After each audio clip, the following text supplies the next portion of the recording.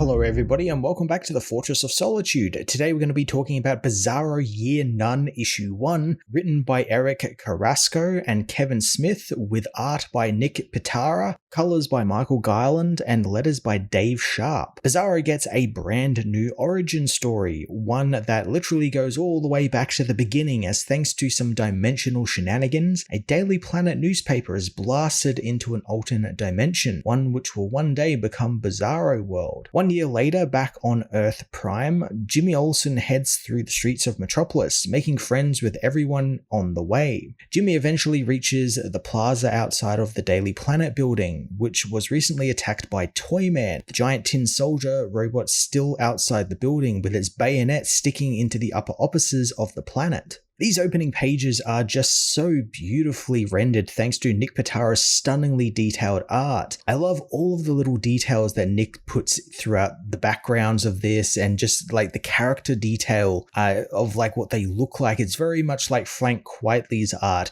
which actually gets a little bit of a sly reference a little later on in the book. But all those details go a long way to make the world feel alive and vibrant, as well as Michael Garland's colors also make it just pop just off the fucking page. Everything stands out and just looks immaculate. As Jimmy heads up to the bullpen, we learn it's been 18 months since Superman first appeared, and thanks to Toyman's attack, Perry White is not happy about Toyman skewering his building, but thinks that this will give them a great exclusive, wanting Lois to talk to Superman and Clark to talk to the cops. But Ron Troop reveals the reporters aren't there, as they're off at the White House Correspondents' Dinner. Ron agrees to cover the story as Cat Grant complains about the office being cold thanks to the giant hole in their windows, but Perry just wants to know what the Metro Desk's angle on all of this is, but Cat doesn't actually have one. However, she does have info on David Dalton, a local crazy scientist who's doing another duplication experiment down in Hobbs Bay soon. Perry doesn't really like Dalton since the year prior he tried one of his duplication experiments and Perry gave him one of the papers to duplicate, but all he did was cremate the paper and took some of Perry's credibility with him. I'm really liking the dynamic Eric and Kevin are writing for the Daily Planet team here, and also how they are just getting a lot of page time. This is a Bizarro book and it's starting off with the Daily Planet bullpen, and I've always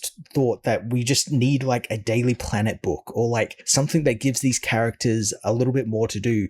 Dan Slott's doing a lot with them over in Superman Unlimited, and I like that Eric and Kevin seem to also be doing that here, where they are the more interesting characters to them, which is great. You know, everyone's got a story for Superman, but not everyone has a story for Perry White or Ron Troop, and I think it's a sign of a good writer that they have something in store for them and want to use them. Perry is sick of the bullpen's bantering and tells them that they are all covering Toyman's rampage, splitting them up onto different parts of the story, like human cost of the Tin Soldier's attack, and in Steve Lombard's case, he's got to go find out if Little League is cancelled. Perry knows they're going to need someone to shoot the close-ups for the Tin Soldier, and Ron points out some footage that's been going around the web of someone getting up close and personal with the Tin Soldier. Perry has him bring the footage up on a bigger screen, and the footage shows Superman taking down Toyman's monstrous creation, with the person behind the camera having a front row seat to Superman's heroics. Perry wonders who shot this as Jimmy arrives with the team's coffee and donuts, revealing to us that he's not actually the photographer of the Daily Planet just yet, he's just the gopher guy who goes and gets your coffee and donuts. So I'm really liking that the book is actually covering those early years in Metropolis for like the Daily Planet, and how Jimmy got his job at the Daily Planet and what he's been doing. I also like that they're doing it with Jimmy being kind of like a social media influencer, like a guy who's already like out there kind of doing his own reporting on his own dime. I like that he's kind of like a local hero, sort of like people recognize him, and you know, he's easy to get along with, so he knows everyone. He knows all like the street food vendors and the guys giving the coffee and the donuts and the cops and everything.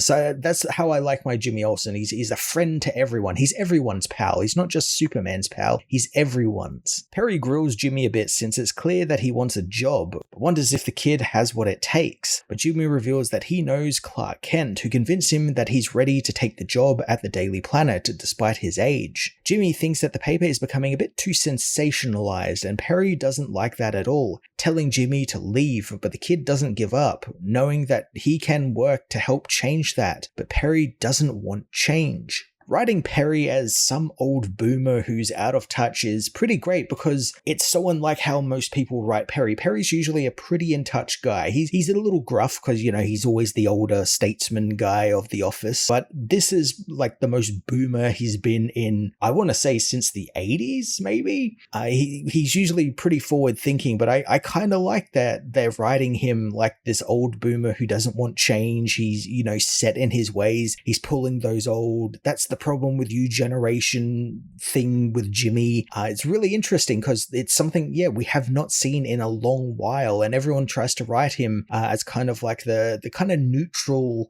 good guy, if you will, because he's, a newspaper editor. He's got to be kind of neutral. He's got to look at all the facts. But I'm really looking forward to boomer Perry White dealing with Gen X Jimmy Olsen. The rest of the bullpen watch on and even quote Perry verbatim since they've heard this speech so many times before. But Jimmy won't budge though, telling Perry that he's not a kid and he's done his time with the Newsboy Legion until they got shut down, however, which Perry doesn't like at all because he used to also be a Newsboy Legionnaire. Jimmy keeps trying to convince Perry to give him a job as elsewhere in the city. David Dalton gets ready for his new duplicating experiment, firing up his duplicate array, which he reveals failed the last time he did the experiment in Metropolis, and it never produced a duplicate of the Daily Planet newspaper he threw into it. But this time he's going to find out why. Upon activating the ray though, a portal opens and Superman suddenly flies out of it, speeding into the city where Perry and Jimmy take the elevator down the building, still arguing over Jimmy's potential job. The argument is put on hold when Superman rips the elevator from its cables, dragging Jimmy and Perry along with the elevator back through the portal, which closes behind him as the duplicator ray explodes from all of the energy output. Jimmy and Perry are sucked into a terrifying wormhole where they arrive in a weird, fleshy world where a being dressed as Superman confronts them. However, this very clearly isn't Superman, as he welcomes the strange visitors from another planet to his world. Perry asks who the man is, but the Superman thinks that he wouldn't understand since he's a 12th level intellect from a parallel reality, and they are in Metropolis, only it's some strange, fleshy, alternate version of Metropolis. Jimmy takes a quick look around and sees many of the people he recognizes from his Metropolis, but something seems off about them, like they're all just a little off and not quite right. So it seems the way we are doing Bizarro is kind of the duplicate Superman, which he was in, I think it was like the early 50s, 60s, where he was a duplicate of Superman. I think even the duplicate array played a part in that, where it was created a duplicate of Superman and it was all just kind of off. And he was a little crazy, and then he kind of came into like the normal Bizarro we kind of know. But I really like that they're doing the stuff that like Otto Binder created, and I like that Eric and Kevin are expanding on that a little bit more and including not just Bizarro, but like Metropolis, the people in Metropolis, and other things too, in order to flesh out Bizarro World and give it a bit more depth than what we usually see. Jimmy and Perry soon find the Bizarro Daily Planet, finding it's filled with weirdo versions of people that they know, most of whom are loser right-wing freaks who think that women should be in the kitchen, not in the bullpen. Which, hey, I guess this, instead of making it the Daily Planet, I guess this is the Daily Wire offices. The false Superman knows that they are all thinking that he made some duplicate of the Daily Planet, and how did he manage to do that? So he decides to show them, telling Perry and Jimmy that the next part is a bit of an exposition dump on his part. Superman explains that for eons, this reality was shapeless and formless and made of nothing. Then one day that changed when a Daily Planet newspaper came through a wormhole. He takes Jimmy and Perry into a vault and he calls it the Shrine of the Holy Relic, the literal building blocks of the world he was able to use to create it.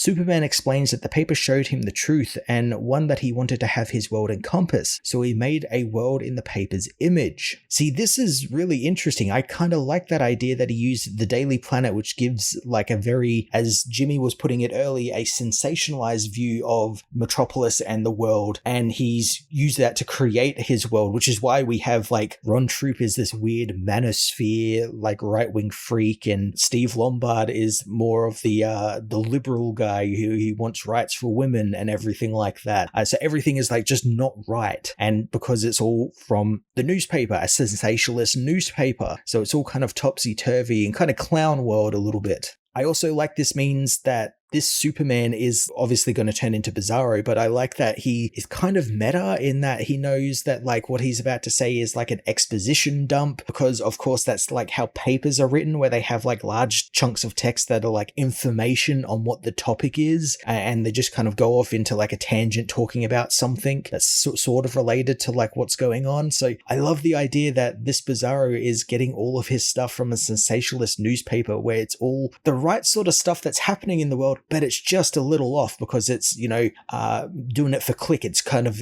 baiting people and again, being sensationalist. Such an interesting take on Bizarro World that's not just, it's like our world, except backwards. Also, how cool is it to have a Bizarro storyline that isn't centered around Superman fighting Bizarro or clashing with him in some way? I have no doubt Superman will be in the book looking for Bizarro, but I love it's centered on Perry and Jimmy and them just kind of going on this weird adventure. Perry tells Superman that the logic is all backwards for him, and Superman agrees since sometimes he gets a little turned around. This begins to show as he begins getting angry, and when he does, his entire form changes. His teeth getting grosser, his body kind of morphing into kind of like a hunchback monstrous shape, and then he manages to hold it all together. But he also begins talking backwards speech, much like Bizarro does, but he quickly catches himself, returning to a normal form. Jimmy lightens the mood with a joke about Perry always wanting to be in charge since he's the most senior person in the room at any given time, and Superman likes it so much that he makes Jimmy editor-in-chief of the Daily Planet, which Perry does not like at all. Superman doesn't care, telling Perry to go and get the coffee, relegating Perry to office gopher. Superman excuses himself since he has some much needed business to attend to, flying off and leaving Jimmy to give Perry his coffee order, which I'm really sure upsets Perry, being that Jimmy likes oat milk and stevia in his coffee, which to a boomer like Perry probably pisses him off to no end. Superman meanwhile flies to a nearby lake surrounded by real creepy, fleshy, petrified beings. Taking off his boots, he walks across the water like a god, since after all, he is the god of this universe. He created it. He arrives at the edge of his cube-shaped world, spitting off the side as more cracks begin to form in the duplicate Superman's identity, and he begins looking a little bit more gross and a little bit more bizarre. Bizarro Year None Issue 1 was a fittingly weird opening issue to a new Bizarro origin, but I also like how snappy and refreshing all the takes on these characters were. It felt like we were getting actually something new and something we have not seen before. Focusing on Perry White and Jimmy Olsen is an interesting take on Bizarro World, and getting them over there and going on some weird adventure. It's a cool way to go for it. I like that it's not just Superman fighting Bizarro again and just Bizarro having some weird origin relating directly